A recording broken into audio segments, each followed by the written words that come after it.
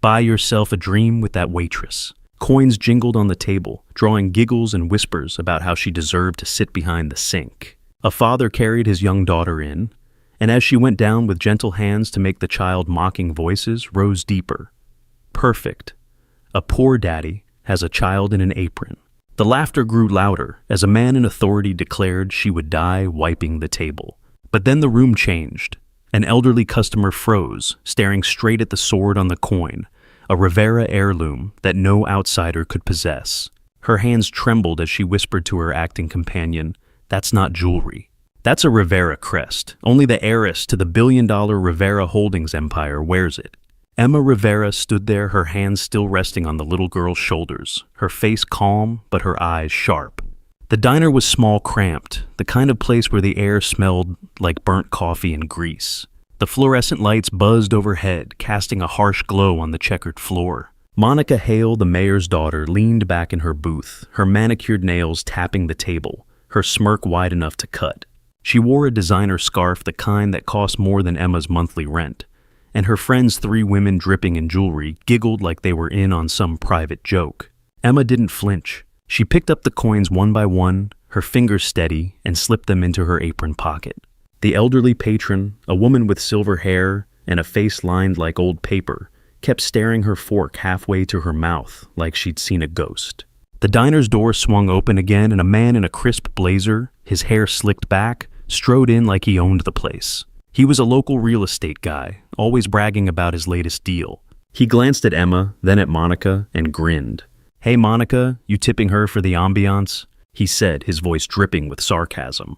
The women at the booth laughed louder, one of them fanning herself with a menu. Emma carried a tray of dirty plates to the counter, her steps, even her face, unreadable. But as she passed the man, she paused just long enough to meet his eyes. "Ambiance is free," she said, her voice soft but steady. "Respect isn't..." The man's grin faltered and he coughed, looking away. Monica rolled her eyes, but the air felt tighter, like someone had turned down the volume on the room. Monica's voice sliced through the hum of the diner. "You know, Emma, those coins might get you a new apron. That one's looking a little sad." Her friends burst out laughing, one of them spilling her soda, not even bothering to wipe it up. Emma straightened her plain gray sweater, slightly frayed at the cuffs, and walked to their table with a rag. She cleaned the spill in silence, her movements deliberate, like she was carving out space in the room.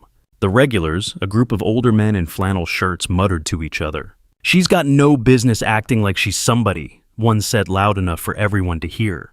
"Scrubbing tables is her place." Emma's hand paused on the rag, just for a second before she kept wiping. A woman at the counter, her purse stuffed with designer labels, leaned over to her friend. "Look at her shoes," she whispered loud enough for Emma to hear. "Worn-out sneakers. She must be saving for a bus ticket out of here." Her friend snickered, covering her mouth like it was a secret. Emma kept working, refilling coffee cups, her face calm, but her fingers tightened around the pot's handle just enough to show the strain. She set the pot down, walked to the woman's table, and slid the bill across. "Anything else?" she asked, her voice, even her eyes, locking onto the woman's. The woman froze, her laugh dying in her throat, and shook her head. Emma turned away, her sneakers squeaking faintly on the floor, each step a quiet defiance.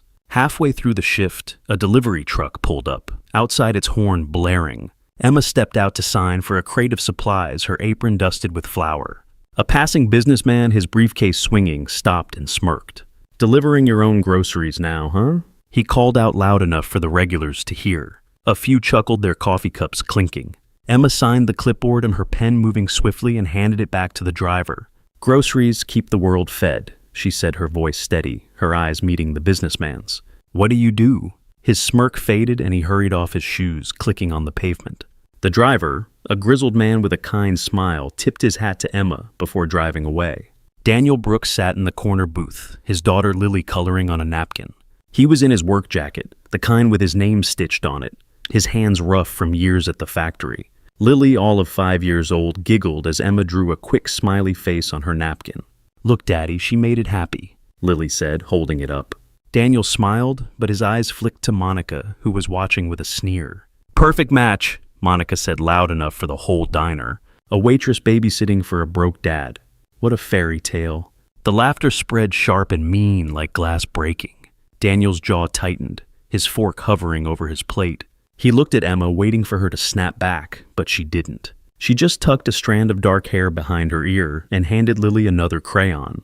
Victor Hale, the mayor, pushed through the diner door, his suit crisp, his face smug. He was the kind of man who walked like he owned every room, even a greasy diner. He scanned the place, his eyes landing on Emma. "Well, well," he said, his voice booming.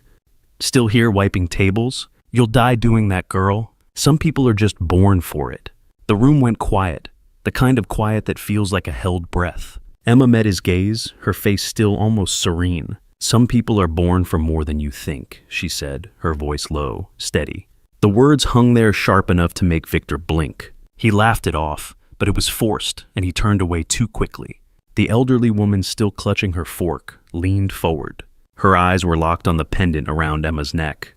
A small silver piece with a delicate engraving, something no one else in the room would recognize. "Where'd you get that?" she asked, her voice trembling. Emma's fingers brushed the pendant, and she smiled softly. "Just an old gift from my mother." Monica rolled her eyes. "A cheap knockoff, probably from a thrift store." Her friends snickered, but the old woman didn't laugh. She stared at Emma, her lips parting like she wanted to say more, but Emma was already moving, clearing another table, her steps light but sure.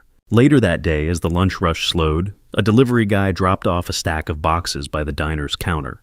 The label read Rivera Foundation, and Emma signed for it without a word, her signature quick and precise. A cook wiping his hands on his apron peeked at the boxes and whistled. "Fancy name for canned goods," he said, chuckling. Emma just nodded, stacking the boxes neatly in the back. But the elderly woman, still lingering over her coffee, watched closely. She pulled out her phone, her fingers trembling as she typed something, then glanced at Emma again, her eyes narrowing like she was piecing together a puzzle. Emma didn't notice, but Daniel did, his brow furrowing as he helped Lily pack up her crayons. Daniel watched her, his hands fidgeting with his coffee mug. There was something about Emma, how she carried herself, how she didn't bend under their words, that stuck with him. He'd seen her every week at the diner, always kind to Lily, always patient, even when the regulars treated her like dirt. He wanted to say something to stand up for her, but the weight of the room, the laughter, the mayor's presence, it all held him back. Emma caught his eye as she passed, and for a moment her gaze softened, like she was telling him it was okay. She didn't need saving. Not yet. The diner faded into memory, but the sting of that day lingered. Weeks later, Daniel asked Emma to come with him to the mayor's charity gala. It was a big deal black tie held in a glittering ballroom downtown, the kind of place where the chandeliers cost more than most people's houses. Emma showed up in a simple black dress, no makeup, her hair pulled back in a low bun. She didn't look like she belonged, and everyone noticed. Monica was there in a shimmering red gown, her blonde hair piled high, her smile sharp as a blade. "Oh, look," she called out loud enough for the crowd to turn. A freeloader in borrowed heels. "Did you raid a thrift store for that dress, Emma?" At the gala's entrance, a woman in a pearl necklace, her lips painted bright red, leaned toward her date. "Who let her in?" she whispered, her voice carrying. "She looks like she's here to clean the place." Her date laughed, sipping his champagne. Emma stood by Daniel, her hand resting lightly on his arm, her face still. But her fingers brushed the pendant at her neck, a small gesture almost unconscious. The woman noticed her eyes narrowing, but before she could say more, Emma turned to Daniel. "Want to get some air?" she asked, her voice steady, like the room's judgment didn't touch her. They stepped onto the balcony, the night air cool, and Daniel exhaled, his shoulders relaxing for the first time all night. The security guard at the entrance, a burly guy with a buzz cut and a cheap suit, stepped in front of Emma. "This is for elites only," he said, his voice flat, like he'd said it 100 times before. Daniel's face burned, his hands stuffed in his pockets, but Emma didn't move. She stood there, her shoulders square, her eyes locked on the guard. "I'm with him," she said, nodding toward Daniel. Her voice was calm, but it carried a weight that made the guard hesitate. He looked at Daniel, then back at her, and finally stepped aside, muttering something under his breath. Inside the ballroom was a sea of wealth men in tailored tuxedos, women in gowns that sparkled under the lights. Victor Hale stood on a stage, his voice booming through a microphone. "We need walls to keep the unworthy out," he said, his eyes flicking toward Emma. The crowd laughed, a low, cruel sound. Monica leaned toward her friends, her voice carrying. "Daniel will see it soon enough. She'll never belong here." Emma's hand rested on Daniel's arm, steadying him as his face flushed with shame. She didn't say a word, but her fingers tightened slightly, like she was anchoring them both. During the gala's silent auction, a man in a velvet jacket, his cufflinks glinting, pointed at Emma from across the room. "Bet she's bidding on the cleaning supplies," he said, his voice loud enough to draw chuckles. The woman next to him, her earrings dangling like chandeliers, nodded. "She'd need them for that dress," she added, smirking. Emma was at a table flipping through the auction booklet, her expression calm. She circled something with a pen, then set it down. The man noticed his laugh fading as he saw her precise, confident handwriting. "What's she writing?" he muttered to his date, but Emma was already walking away. Her steps measured her pendant catching the light. As the gala wound down, a young woman in a glittering dress, her hair swept into an elaborate updo, approached Emma with a fake smile. "You must feel so lucky to be here," she said, her voice syrupy, her eyes cold. "Not everyone gets to see how the other half lives." The crowd nearby tittered, their glasses clinking. Emma looked at her, her face still, and tilted her head slightly. "Luck's got nothing to do with it," she said, her voice soft but firm. She turned away, her dress brushing the floor, leaving the woman standing there, her smile crumbling as the crowd's laughter faltered. The orchestra began to play a soft melody, filling the room. The conductor, an older man with wire-rimmed glasses and a kind face, caught sight of Emma. His baton froze mid-air just for a second before he recovered. He stepped down from the podium during a break and approached her. "Miss Rivera," he said, his voice warm but surprised, "you once funded our symphony anonymously." The guests nearby turned, their murmurs spreading like ripples. Emma smiled, her hand brushing the pendant at her neck. "I just love music," she said, her voice soft but clear. The conductor beamed, but the crowd didn't know what to make of it. A waitress, funding a symphony. Daniel's brow furrowed, his eyes searching her face, but Emma just sipped her water, her expression unchanged. Back at the diner the next week, a young couple sat in Monica's usual booth, their phones out snapping pictures of their food. The woman, her hair dyed platinum, glanced at Emma as she refilled their water. "You must love this job," she said, her tone fake sweet. "Serving people like us all day." Her boyfriend laughed, scrolling through his phone. Emma set the pitcher down, her movements slow, deliberate. "I like helping people," she said, her eyes meeting the woman's. "Not everyone makes it easy." The woman's smile froze and her boyfriend looked up, caught off guard. Emma walked away, her apron swaying slightly, leaving the couple in a silence they didn't expect. The whispers followed her for weeks. At Lily's school, the parents were no kinder. It was a sunny afternoon, the playground buzzing with kids. Emma was there helping Lily tie her shoe when Monica's voice cut through the chatter. "That girl's mom figure is just a diner waitress," she said to a group of parents, her tone dripping with pity. A woman in a crisp blazer, her hair sprayed stiff, chimed in. "What values can a server teach? Scrubbing floors." The kids nearby overheard, and one of them, a boy with a smug grin, pointed at Lily. "Your mom scrubs tables," he jeered. Lily's face fell, her crayon dropping to the ground. Daniel, standing nearby, clenched his fists, his heart sinking. On the playground, a teacher, her glasses slipping down her nose, overheard the taunts and stepped in. She knelt beside Lily, her voice gentle. "You know, some of the best people work hard every day," she said, glancing at Emma. But another parent, a man in a polo shirt, his watch gleaming, snorted. "Hard work. She's just a server. My kid won't be around that kind." Emma's hand stilled on Lily's shoe, her fingers brushing the laces. She looked up at the man, her gaze steady. "Your kid could learn kindness," she said, her voice quiet but firm. The man blinked, his face reddening, and the teacher hid a smile as she led Lily away. The other parents shifted uncomfortably, their chatter dying down. Emma knelt beside Lily, her hands gentle as she picked up the crayon. "You're okay, sweetheart," she said, her voice steady like a promise. She stood, her eyes meeting the boy's mother, who looked away, suddenly busy with her phone. Emma didn't raise her voice, didn't call anyone out. She just took Lily's hand and walked her to the swing set, pushing her gently as the little girl laughed. The parents watched, their whispers faltering. There was something about Emma, her quiet strength, the way she didn't buckle, that made them uneasy. At a school bake sale the next day, Emma brought a tray of homemade cookies, simple but neatly arranged. A mother in yoga pants, her nails painted coral, picked one up and smirked. "Did you scrape these off the diner floor?" she asked, loud enough for the crowd to hear. The other parents laughed, but Emma just set the tray down, her hands steady. "They're for the kids," she said, her voice calm, her eyes locking onto the woman's. A little girl, not Lily, ran up and grabbed a cookie, grinning. "These are the best," she said, crumbs on her face. The mother's smirk faded and she walked away, her heels clicking. Emma handed out another cookie, her smile small but real. During the bake sale, a local councilwoman, her badge pinned to her blazer, approached the table. She glanced at Emma, then at the cookies, and raised an eyebrow. "You're the one who works at that diner, right?" she said, her voice loud enough to draw attention. "Hope you washed your hands." The parents nearby chuckled, their eyes sharp. Emma folded her arms, her face calm, and looked at the councilwoman. "Clean hands, clean heart," she said, her voice steady. "What about you?" The councilwoman's smile tightened, and she walked away, her badge glinting as the crowd's laughter faded into murmurs. The school held a ceremony the next week, unveiling a new library. The principal, a nervous man with a too-tight tie, stood at a podium, gesturing to a shiny plaque on the wall. Funded by Rivera Holdings, he read, his voice cracking slightly. The parents froze, their eyes darting to Emma, who stood in the back, her plain sweater blending into the crowd. Rivera Holdings was no small name. It was the kind of company that owned half the city. Monica's face paled, her coffee cup trembling in her hand. Emma stepped forward, her voice calm. "What matters is the kids have a place to learn," she said, then stepped back, her hands folded in front of her. Daniel's eyes widened, his mind racing.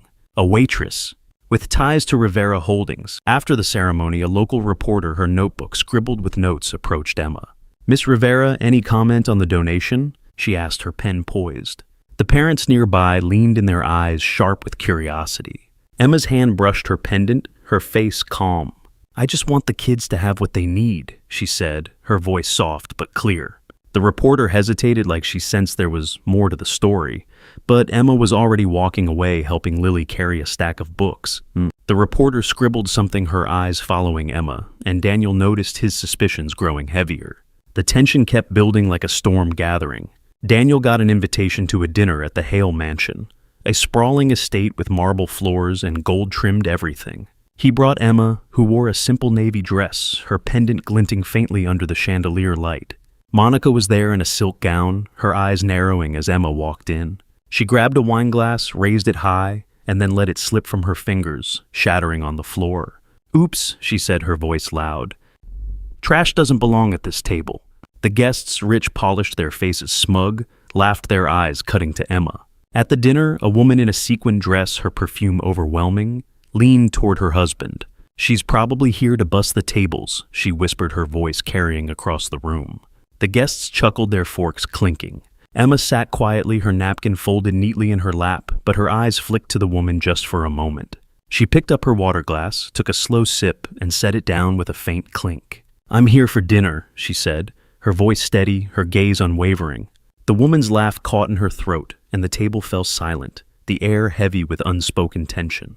Victor leaned back in his chair, his tie loosened, his grin wide. "A single dad deserves a woman like that," he said, pointing at Emma. "What a match!" The laughter grew sharp and cold, like a blade twisting. Daniel opened his mouth to speak, his face red, but Emma's hand touched his wrist, her eyes steady. She didn't need him to fight this. Victor stood, his voice booming. "Emma, you will never have a seat here." The room went quiet, waiting for her to crumble. Instead, she reached into her bag, pulled out her phone, and tapped the screen. Her fingers were steady, her face calm. Before the screen lit up, a waiter, young and nervous, tripped near Emma's chair, spilling a tray of drinks. The guests gasped, then laughed, their voices sharp. "Perfect," Monica said, clapping her hands. "She's got the help falling at her feet now." Emma knelt to help the waiter, her hands quick as she picked up the glasses. "You okay?" she asked, her voice low, kind. The waiter nodded, his face red, and whispered, "Thank you, Miss Rivera." The guests nearby froze, catching the name. Monica's smile slipped just for a second, as Emma stood brushing her hands on her dress, her pendant gleaming. A massive screen on the wall flickered to life, showing a news alert. Rivera Holdings cancels all contracts with Hale Enterprises. The room gasped, glasses clinking as hands shook. Monica's face drained of color, her mouth open. Victor's grin vanished, his chair scraping as he stood. "Wait, Rivera is her," someone whispered. Emma slipped her phone back into her bag, her movements slow, deliberate.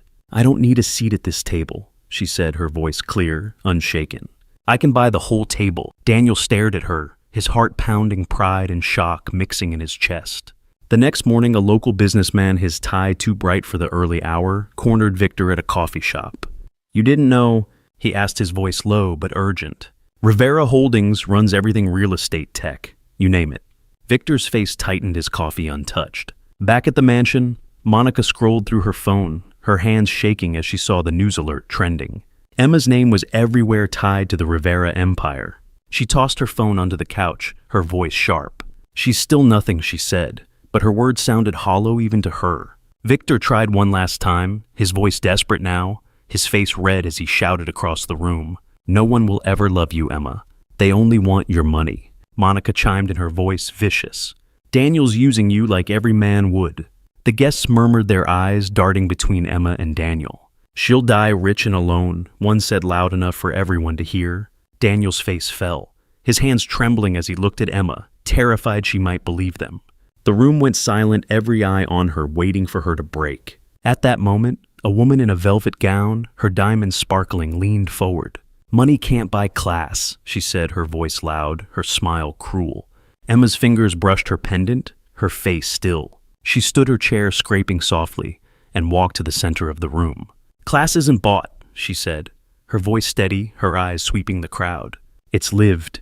The woman's smile froze, and the room held its breath. Emma turned to Daniel, her hand resting lightly on his shoulder, her silence louder than any words. Emma stood there, her hands still, her face calm. Daniel stepped forward, of his work boots heavy on the marble floor. He knelt in front of her, his voice shaking, but sure. "I don't care who you are, Emma. I loved you since you made my daughter smile at a greasy diner table." Lily ran from the corner of the room, her little arms wrapping around Emma's legs. "I want you to be my mom," she said, her voice small but fierce. Emma's eyes glistened, her hand resting on Lily's head. She looked at Daniel, then at the crowd, and said, "This is my real family." The words landed like a stone in still water, rippling through the room. As the guests dispersed, a man in a tailored coat, his face flushed from wine, muttered to his wife, "She's just playing the martyr." His voice carried sharp and bitter. Emma, helping Lily with her coat, paused, her hands stilling on the zipper. She looked at the man, her gaze steady, and said, "Some of us don't need to play." The man's face reddened, and his wife tugged him away, their footsteps echoing in the now quiet hall. Emma zipped up Lily's coat, her movements gentle, her presence unshaken. The Hales empire crumbled in the weeks that followed. Victor's contracts were gone, his influence shattered. A local news site posted a video of Monica's outburst at the gala, and it spread like wildfire, her sponsorships vanishing overnight. One of the guests, a smug banker who'd laughed loudest, was let go from his firm after the Rivera name came up in a board meeting. None of it was dramatic, no big scenes or shouting matches. It was just the truth catching up, quiet and relentless. Emma didn't gloat. She didn't look back. She walked out of the mansion with Daniel and Lily, her steps steady, her pendant catching the light. Months later, at a small community event, Emma stood at a folding table handing out books to kids. A man in a suit, his briefcase monogrammed, approached, his face nervous. "Miss Rivera, I represent the city's Arts Council," he said, his voice low. "We'd be honored if you join our board." The crowd nearby turned their eyes wide. Emma smiled, handing a book to a shy boy. "I'll think about it," she said, her voice calm, her focus on the kids. The man nodded, stepping back, his respect clear. Daniel watched, his chest swelling with pride. Years ago, a memory flickered. Emma, maybe 10 years old, sat in the back of a black car, her mother's hand resting on hers. The pendant was new, then a gift for her birthday. "This is who we are," her mother had said, her voice soft but firm. "But you don't need to shout it. Let your life speak."